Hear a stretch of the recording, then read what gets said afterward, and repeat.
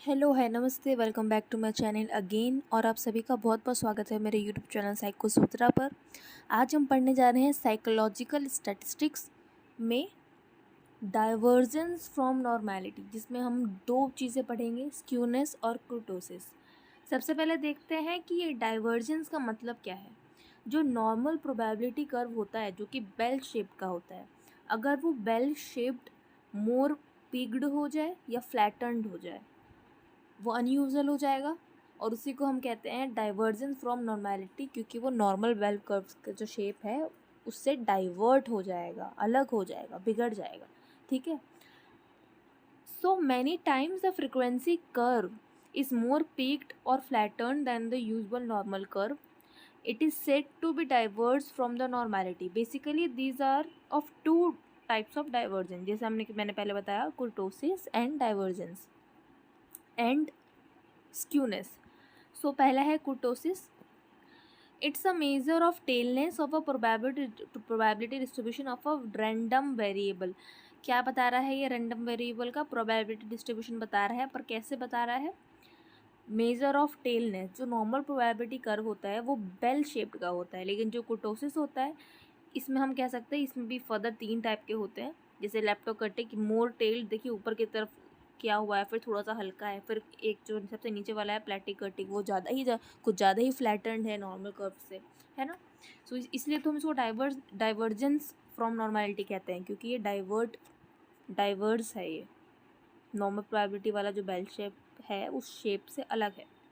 So it's a measure of tailedness of a probability distribution of a random variable. जो tail है इसका मतलब ये नहीं है हम उसकी पीक की बात नहीं कर रहे हैं, है ना। It deals with the tails of the distribution curve, not its peak. It does not refer to height of the curve. The kurtosis of variable of normal distribution is 3. जो kurtosis है जो normal distribution का, वो 3 होती है उसकी value, and this value is used for the comparison with the respective of these of the 3 types. देखिए, जो नॉर्मल डिस्ट्रीब्यूशन कुर्टोसिस की जो वैल्यू है वो 3 होती है, और ये 3 इसलिए है क्योंकि ये कंपेयर करने में हेल्प करता है, क्योंकि इसकी 3 और टाइप्स हैं, लेप्टोकर्टिक, मेसोकर्टिक एंड प्लेटिकर्टिक।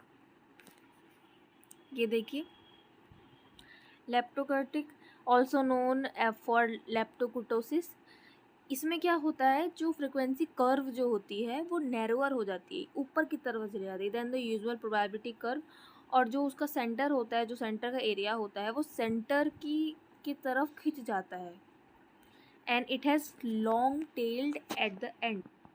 जैसा कि आप यहाँ देख सकते हैं, लेप्टोकर्टिक नैरोअर ऊपर की तरफ हो गया है, थोड़ा सा हल्का सा पीक्ड हो गया है, नैरोअर हो गया है, और इसके जो सेंटर ऑफ जो एरिया था, सेंटर का एरिया है, वो सेंटर ऑफ ग्रेविटी पे शिफ्ट हो गई है, बीच में और आ गई है।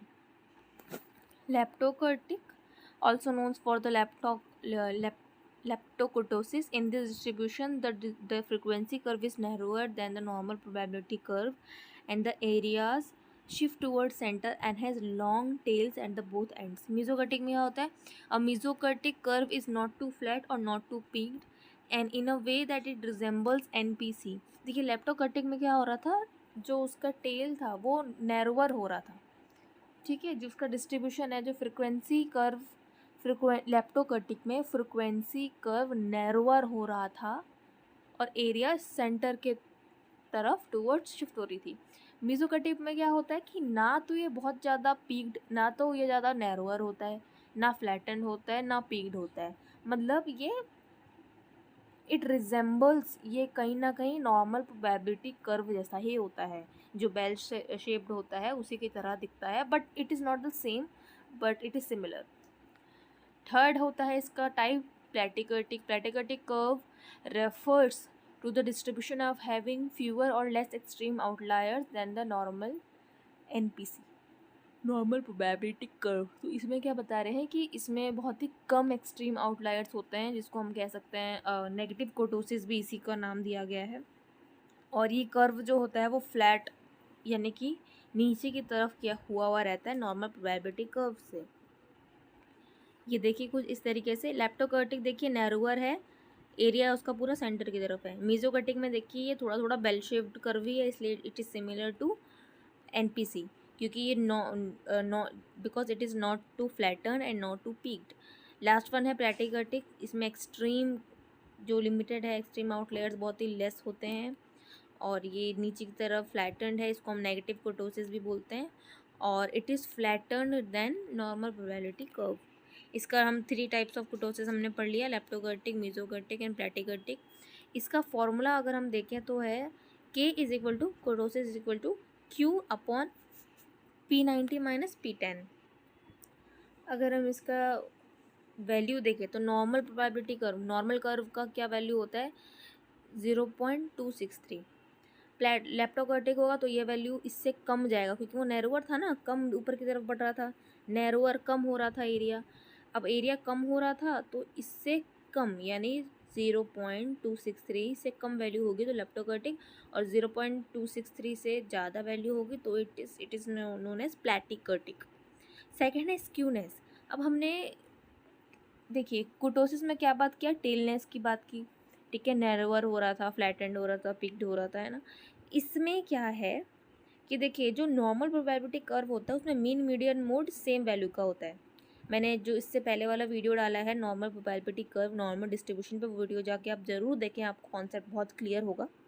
सो उसमें मैंने बताया था कि मीन मीडियन मोड जो कि मेजर्स ऑफ सेंट्रल टेंडेंसीज हैं, mean median mode same value के होते हैं, लेकिन इसमें स्क्यूनेस में mean median mode same value के नहीं होते हैं, they are differently distributed and centre of gravity shift हो जाती है एक साइड यानी या तो centre of gravity left side shift हो जाएगी पूरी या right side. So as in NPC and as in normal probability curve, mean median mode is equal and lie together, but in skewness mean median mode fall different points distribution and center of gravity shifted towards the one side. अब अगर हम इसका graphical representation देखें तो depending on the distribution of spores दो type से हम कर सकते हैं, एक होता है पॉजिटिव स्क्यूनेस, एक होता है नेगेटिव स्क्यूनेस। अब पॉजिटिव स्क्यूनेस में क्या है, जो सेंटर ऑफ ग्रेविटी है वो लेफ्ट साइड शिफ्ट होती है, और नेगेटिव स्क्यूनेस में देखिए ये राइट साइड है तो ये centre of gravity right side की तरफ शिफ्ट हो रही है सेंटर ऑफ ग्रेविटी। और ये जो भी स्क्यूनेस में जो भी चेंजेस हो रहे हैं नॉर्मल प्रोबेबिलिटी कर्व को हटा के मीन मीडियन मोड्स में तो सेम होते हैं, लेकिन इसमें मीन मीडियन मोड में जो भी चेंजेस हो रहे हैं उस हिसाब से हम स्कोर्स का इंटरप्रिटेशन करते हैं, ठीक है। अब पॉजिटिव स्क्यूनेस में देखें तो डिस्ट्रीब्यूशन जो है कर्व वो पॉजिटिव स्क्यूड है, और when score more of the left, जो स्कोर्स हैं वो मोर ऑफ द लेफ्ट यानी लेफ्ट साइड लाई कर रहे हैं। बहुत सारे जो इंडिविजुअल्स हैं इस कर्व से हमें ये पता चलता है कि उन्होंने मीन से कम स्कोर किया है। कैसे मीन से कम, देखिए मीन सबसे आगे दिख रहा है और मोड और मीडियन इन सब के नीचे है, मतलब मीन बाहर की तरफ है यानी लेफ्ट से होता हुआ वो राइट की तरफ जा रहा है यानी मीन ज़्यादा है, और सारे स्कोर्स उसके अंदर ही लाई कर रहे हैं, मतलब कि जो भी इंडिविजुअल ने स्कोर किया है वो मीन से कम है, और वहीं नेगेटिव स्क्यूनेस में मीन से ज़्यादा है, ठीक है। Individual scores more than the mean, distribution off score fall more towards the right side में नेगेटिव स्क्यूनेस माना जाता है। मीडियन ज़्यादा है मीन से, उसमें मीन कम था। देखिए अगर हम मीन की बात करें, देखिए 3 चीज़ें निकल रही हैं सीधी सीधी।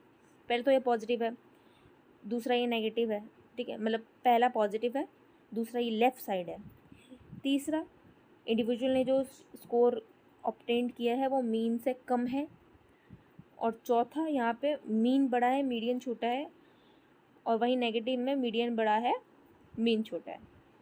अगर हम इतना सब पढ़ने के बाद हमको ये तो समझ में आ गया कि इसकी डेफिनेशन क्या होने वाली है, that skewness is a measure of asymmetry of the probability distribution of a random variable about mean। So I hope आपको आज का वीडियो समझ में आया हो। कुर्टोसिस का मतलब क्या था, it is refer to or it as describe as the tailness of the probability distribution of a random variable, or skewness is the measure of asymmetry of the probability distribution of a random variable about its mean। so स्वस्थ रहिए, सुखी रहिए, पढ़ते रहिए, मिलते हैं अगले video में। Thanks for watching.